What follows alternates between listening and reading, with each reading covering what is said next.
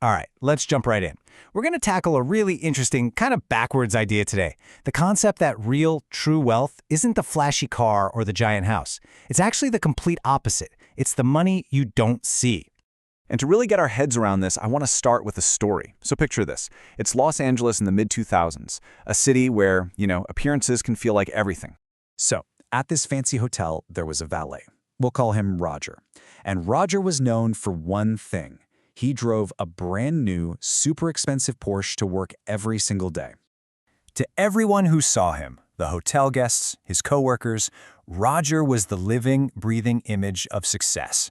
I mean, you see a guy pulling up in a car like that, and you immediately think, wow, that guy must be loaded. You just make that assumption. But then one morning, something was off. Roger showed up to work, but not in the Porsche.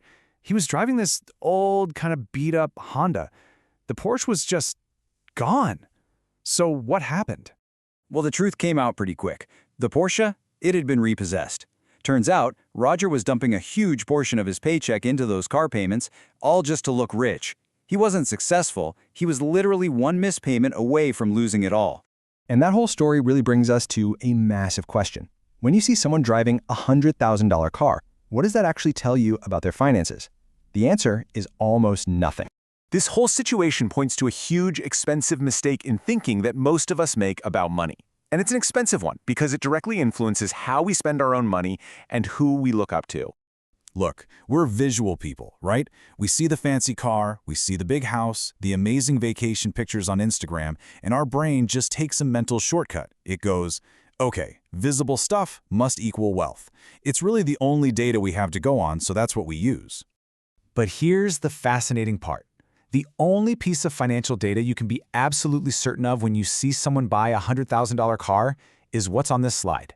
You know for a fact that they have $100,000 less wealth than they did a moment before they bought it, or they have $100,000 more in debt.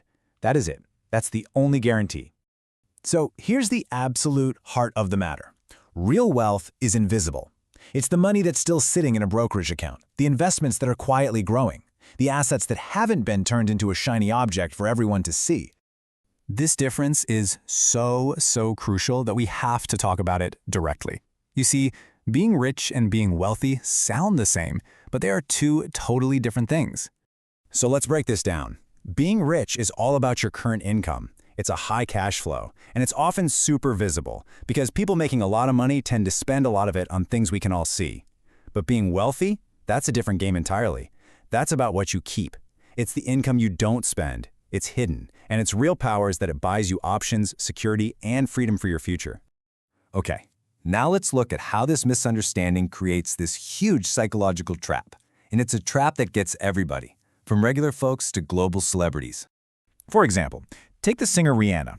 A few years back, despite a massive income, she nearly went broke. Why? She was spending money just as fast as it was coming in.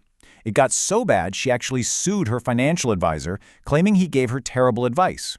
And the advisor's response in court was just legendary. It perfectly highlights the problem. He basically said this. I mean, it sounds harsh, but it's just common sense, right? If you spend your money on things, you have the things, but you no longer have the money. And this whole story just reveals the trap perfectly. When somebody says, I want to be a millionaire, what they're usually picturing is spending $1 million. They're thinking about the cars, the houses, the lifestyle, but that is the literal opposite of being a millionaire. To be a millionaire, you have to have $1 million, not have already spent it. So you might be thinking, okay, I get it. Spend less than you earn. Easy enough. But if the concept is really that simple, why is building wealth so incredibly difficult for so many of us? Well, you can think of it like going on a diet. Earning a good income, that's like having an amazing, tough workout at the gym. You feel great, you feel like you did the hard part. And buying that fancy car or that luxury watch, well, that feels like the big reward meal you deserve. But the real win, the thing that actually makes you financially healthy, is resisting that reward and saving the difference instead. Wealth takes that kind of discipline. But maybe the single biggest reason it's so hard is this.